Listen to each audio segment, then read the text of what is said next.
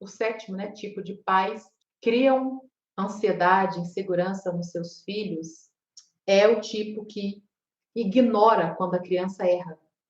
Sabe aqueles pais que cancelam? Fingem que a criança não existe quando ela erra, quando ela faz alguma coisa que desagrada. Eles fazem, eles retiram a atenção, o carinho dessa criança. Eles deixam a criança de lado, assim, dão um gelo nela. Isso é, isso é muito doloroso. Eu lembro que a minha avó tinha muito esse hábito, assim, de cancelar, né? E aí eu não sabia o que era pior, se era apanhar ou se era ela me cancelar.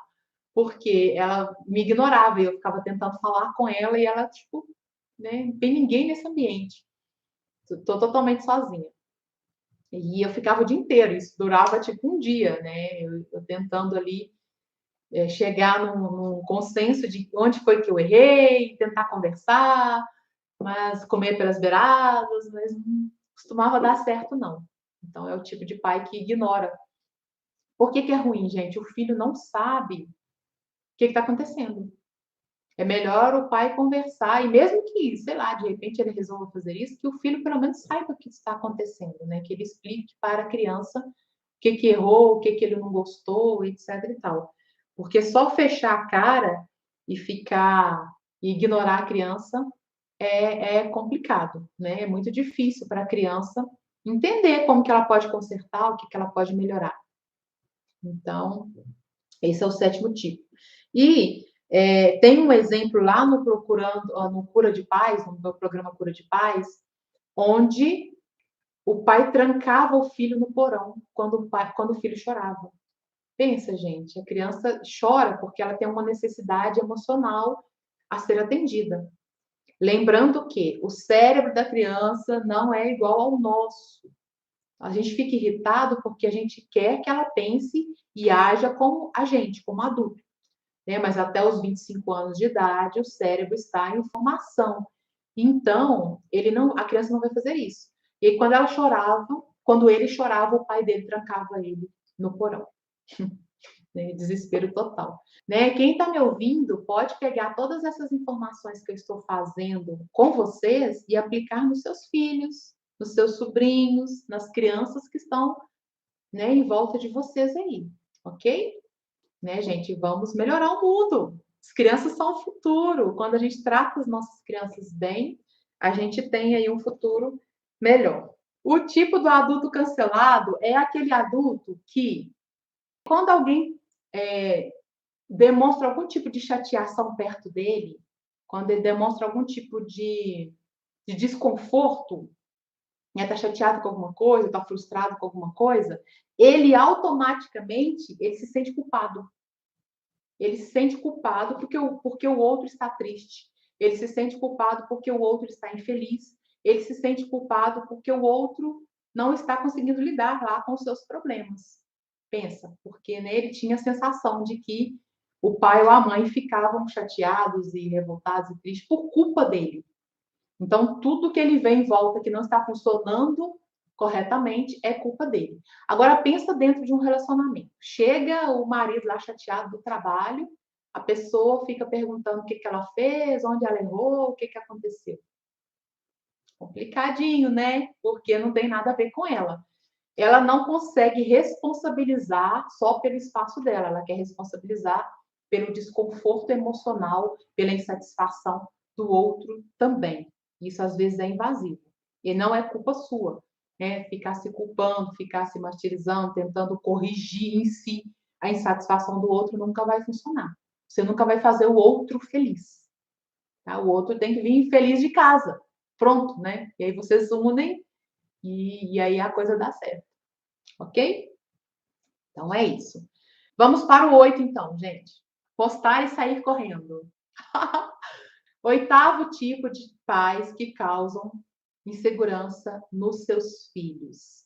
Os pais que educam com castigo físico, surras, tacas, né, couro, ou seja, que batem nos seus filhos. Pais que surram. E é polêmico, gente. Eu sei que é polêmico. Por quê? Porque tem gente que fala, eu apanhei e tô vivo, né? Eu apanhei e não morri, eu apanhei e não morri é ótimo. E aí tem uma série de controvérsias em cima disso.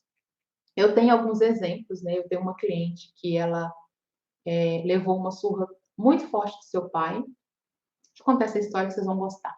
Ela era criança e ela tinha por volta de 4 a 5 anos de idade. E ela estava com medo do escuro. Ela estava no quarto dela com medo do escuro, ela queria dormir com os pais dela. E aí os pais falaram que ela não podia dormir, para ela voltar para a cama dela. E ela voltou para a cama e tentou dormir, não conseguiu. E ela fez isso umas 5 vezes. Eles falaram que se ela fosse lá de novo, ela apanhava. Só que ela estava com medo. Gente, a criança está com medo, né? Ela precisa de se sentir segura. Ela foi e realmente o pai dela deu uma surra muito, muito exagerada nela, né? De vergões, de marcas, etc. e tal, de ter que intervir depois nos machucados, aquela coisa toda. E essa cliente minha, ela não conseguia fazer exposição pública, ela não conseguia falar em público. E a gente conseguiu linkar essas duas coisas. E quando a gente trabalhou ali com a limpeza emocional ali, essa surra, ela voltou a conseguir falar em público, se expressar, né, e ser ela mesma, e conseguir apresentar as coisas dela. Foi lindo, foi emocionante esse trabalho. Mas assim, né, pense no trauma que causou ali nela. Ou seja, eu não pude falar, eu não pude me expressar, e aí ela não conseguiu fazer isso para a vida pessoal, profissional dela, acadêmica dela, né? Eu tenho outro exemplo de um senhor também, né, de um cliente meu, que o pai batia muito, batia por causa de tudo, e esse senhor ele ficou sem muita atitude para a vida, assim, qualquer problema gerava paralisia nele, ao invés dele enfrentar o problema, ele paralisava ou fugia do problema. Isso também estava relacionado aí a situações de couro, né? De muita surra. O que acontece, gente? O nosso corpo, ele dá uma sensação de proteção, né, pra gente, não é? Quando está frio, a gente veste uma blusinha ali, tá quentinho e tal. Ou seja, aqui é o meu ambiente, é o meu espaço.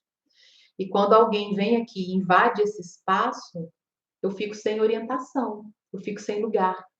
As crianças que apanharam, elas têm uma sensação muito grande de medo da vida, de não conseguir se sentir segura em lugar algum, de não se sentir pertencendo a lugar algum. Elas vivem com medo da punição, elas vivem apreensivas. É como se a qualquer momento fosse entrar um perigo na vida dela. Algo perigoso vai me acontecer. E é uma apreensão constante. Isso gera dores de estômago, isso gera ansiedades fortes, né? Normalmente trabalham aí com medicação, né? O meu cliente mesmo trabalhava com medicação. Então, é controverso, eu sei, cada um tem sua opinião sobre isso. A criança quando o pai está batendo na criança, na verdade, é a criança interior dele que está batendo, porque ele também apanhou e tem uma série de coisas em cima disso, né? Vocês tomem a decisão de vocês, mas eu estou aqui para realmente contar para vocês o que acontece aí no cérebro da criança. A insegurança de não confiar no seu próprio valor, né? E não saber impor limites. Como o seu próprio corpo, que era o seu limite, não foi respeitado, então essa pessoa não sabe impor limites, ela não sabe impor limites para os outros. Então, fica sem jeito, sabe? Fica sem jeito de falar, fica sem jeito de dizer, fica sem jeito, ou seja, né? E aí a coisa vai acontecendo de forma invasiva aí com ela.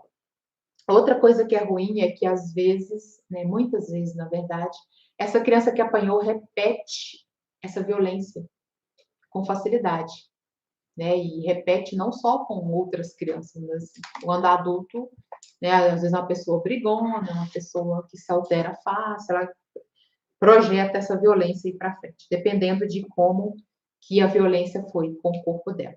Outro problema é acreditar que o amor é doloroso. Por quê? A criança começa a acreditar que o pai bate porque ele ama, que a mãe bate porque ela ama. E aí ele associa amor à dor. E aí o que acontece quando você associa amor à dor? Se você não está sofrendo, algo está errado, né?